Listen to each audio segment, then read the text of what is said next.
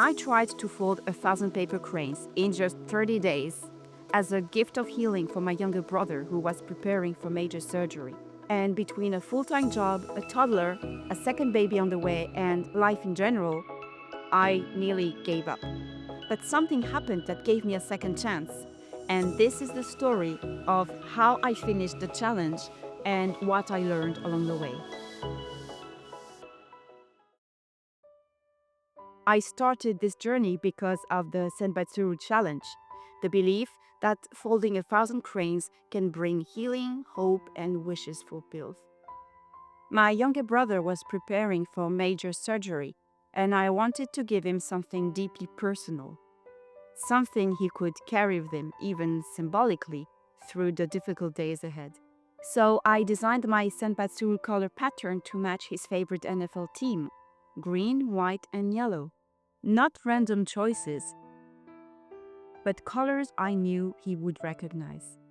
I had 2 months before the surgery date, so I thought, with good planning, I can do this. But life had other plans. I had a full-time job with 3 hours of daily commute, a toddler, and I was pregnant. Add to that the time needed to film and update that YouTube channel, and I started falling behind. I realized I wasn't going to make it, and so I gave up. That was a hard moment, because it wasn't just a YouTube challenge, it was a gift for someone I love, and it felt like I had failed him. But then something unexpected happened. My brother's operation was postponed, not once but several times.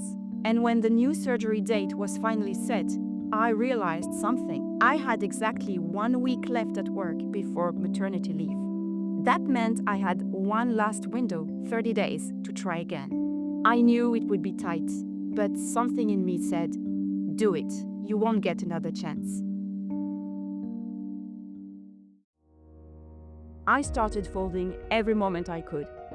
On lunch breaks, evenings, early mornings, my goal was to fold 40 to 50 cranes a day.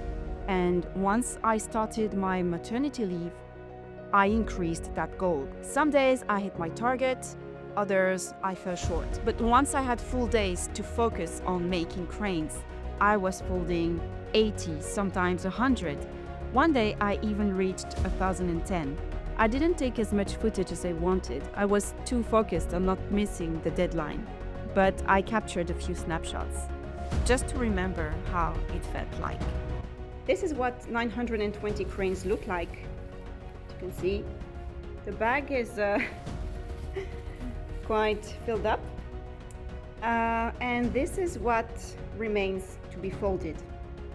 This is how I like to proceed. I stack my paper squares in groups of 10, and I fold the first steps of the cranes first. And once I have all of the 10 paper squares at this stage, then I finish folding them. So I get the fully folded crane. This way, I find that I work more efficiently and I don't have to think so much. Let's put it that way.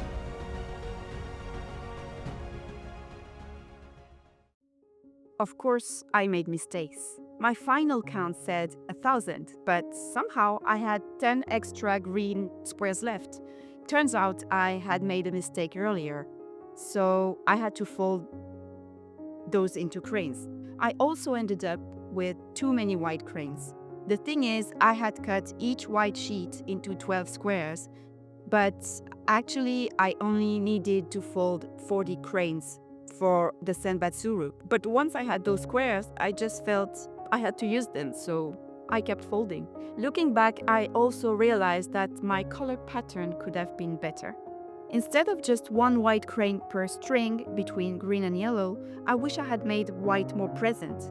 So maybe 3 white cranes per string would have brought a better balance. And because I used standard printer paper, the crayons were small and stiff, which made it hard for me to fold the beaks properly. But at that point, I reminded myself, I wasn't aiming for perfection, I was aiming for meaning. And honestly, that mindset shift changed everything. Then came the final step, stringing the crayons into 40 garlands, 25 crayons on each string.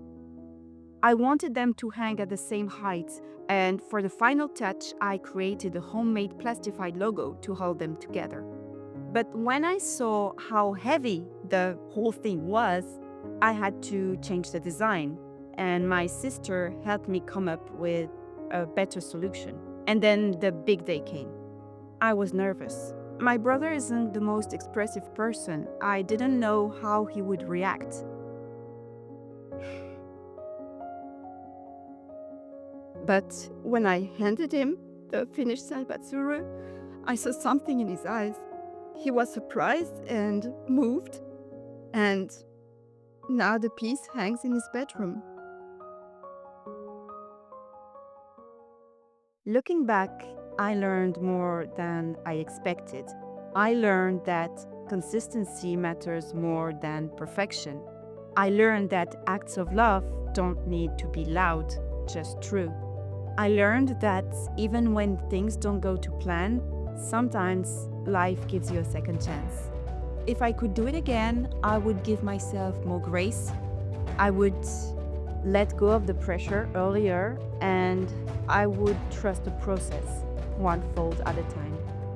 If you are going through something or someone you love is, I hope that story reminds you that creativity can be a way of showing up, of healing, of holding space. You don't need to be perfect, you just need to begin. If you want to start your own folding journey and paper up your life, you are more than welcome to subscribe to my channel. My name is Clementine. Until next time, happy folding!